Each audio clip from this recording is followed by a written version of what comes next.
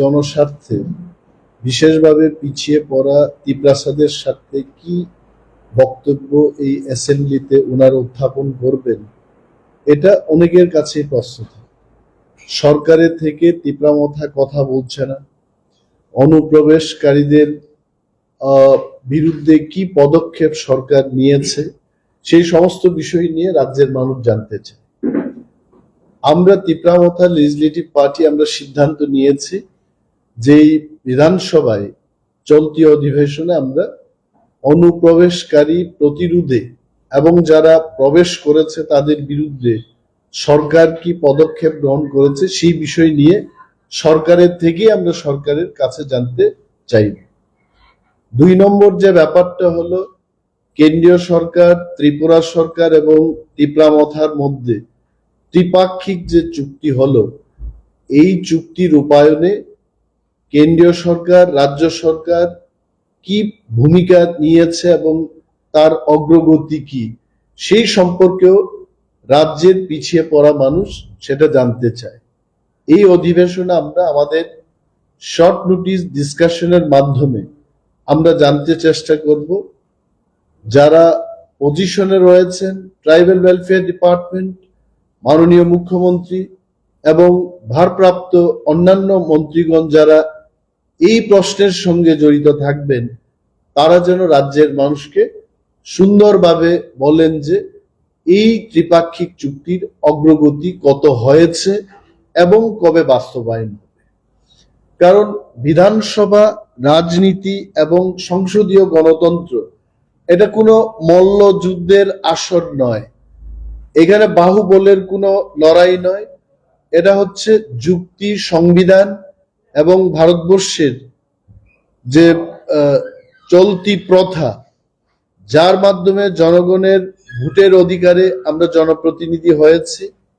সরকারে যারা রয়েছেন সরকারের কাজ করবেন, সরকারের থেকেও সরকারের অনেক কিছু জানার আমাদের বাকি আছে এবং মানুষ জানতে চায়। আমরা যেটা প্রশ্ন করব এটা সরকারের বিরুদ্ধে নয়, কিন্তু মানুষের প্রশ্ন বিধানসভায় সরকারের থেকেও আমরা আমাদের সমগ্র সরকারের থেকে আমরা জানতে চেষ্টা করব। কারণ আপনারা বলতে পারেন যে সরকারে তো আপনারাও আছেন, কিন্তু সরকারের ছোট্ট একটা অংশীদার মাত্র। যেখানে 12 জনের মন্ত্রী, সেখানে আমাদের একজন ক্যাবিনেট মিনিস্টার, একজন মিনিস্টার অফ স্টেট, যিনি ক্যাবিনেট সভাগুলোতে, মিটিংগুলোতে যেতে পারেন না।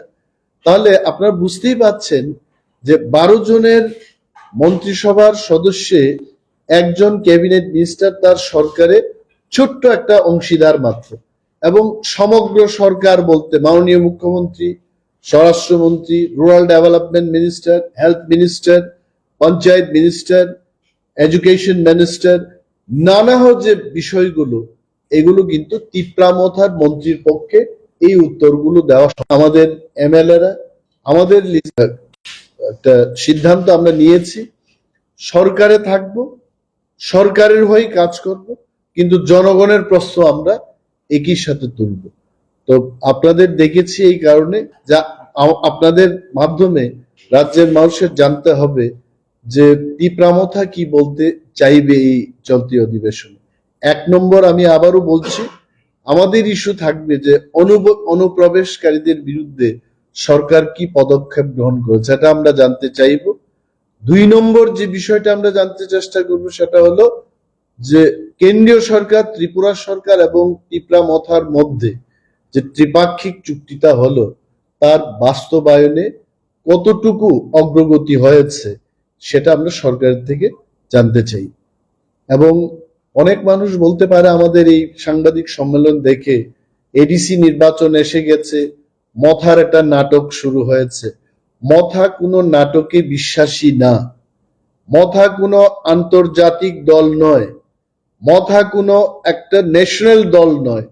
মথা এই অঞ্চলের মানুষের স্বার্থ রক্ষায় একটা কথা বলার একটা প্ল্যাটফর্ম, একটা রাজনৈতিক দল। এই এলাকার মানুষের কথা যেহেতু কেউ বলছে না, যেহেতু যারা বিরোধীতে আছে, কিন্তু তারপরেও এই পিছিয়ে পড়া মানুষের কথা বিধানসভায় কেউ বলছে না, তাহলে মথাকে সেই জায়গাতে এসে আমাদেরই কথা বলতে হবে।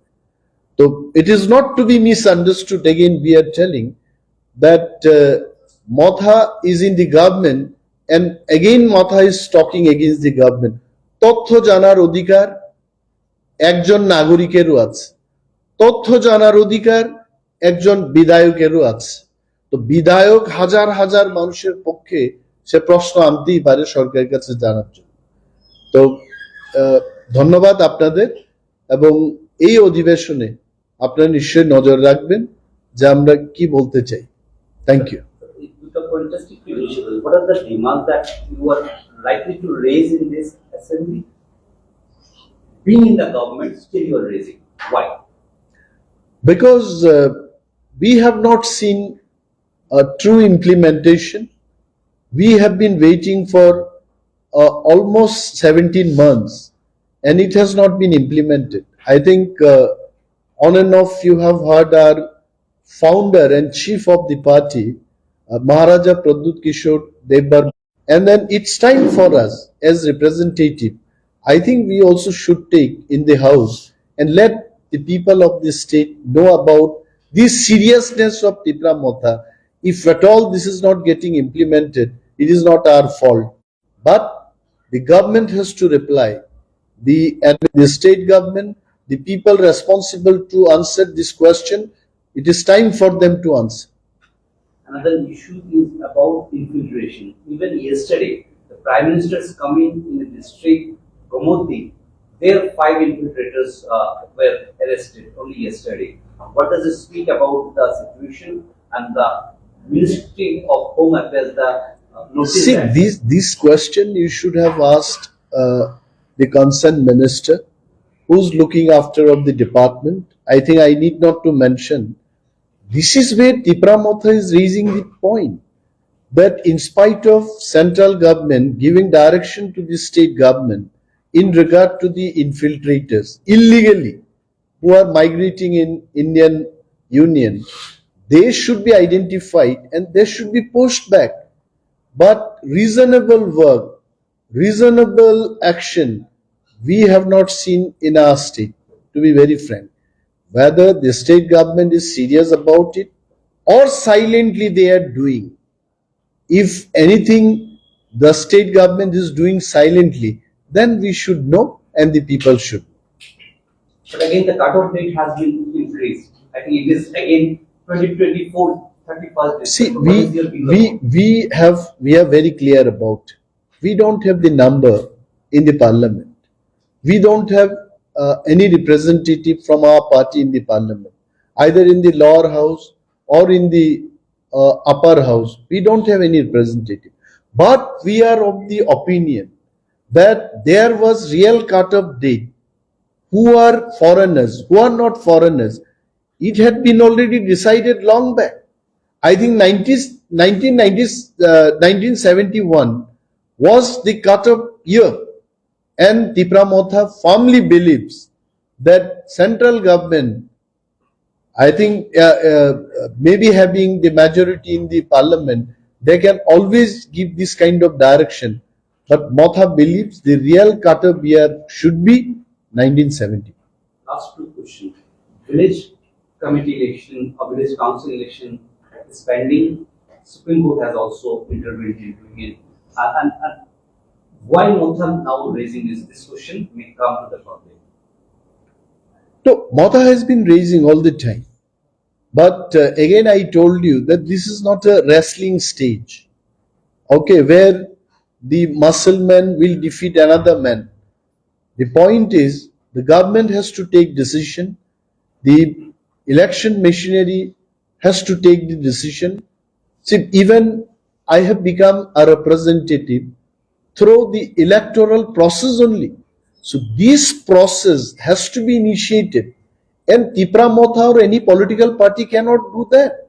There is a department and the government has to give the direction, and that is why Tipra Motha is raising this point. My question was, you are also part of the government. I told you that we are 1/12 or 1/10 of the government. So that is why we want to know from the entire government machinery. I'm only small part of the government. You ask about forest department, I can answer. You ask about science and technology, I can answer. Printing and stationery, then I can answer. 3 departments are in my mind. But how can I answer what exactly is happening in rural development, health, tourism? Because different ministers are there. So Motha wants to know what exactly is happening in regard to all these issues. If you are till now, it proves you are not satisfied. These two See, it particular is points. not my satisfaction. It is the question of the people. Because we are all here to address the problem of the people. Even BJP is here. Cholo Paltai, it has come out of the cry of the people. Or CPM is existing because of the cry of the people. IPFT is here to address the issue of the people. So what we are raising is not the issue of Animesh Debbarma or the forest minister. It is the cry of the people, the issue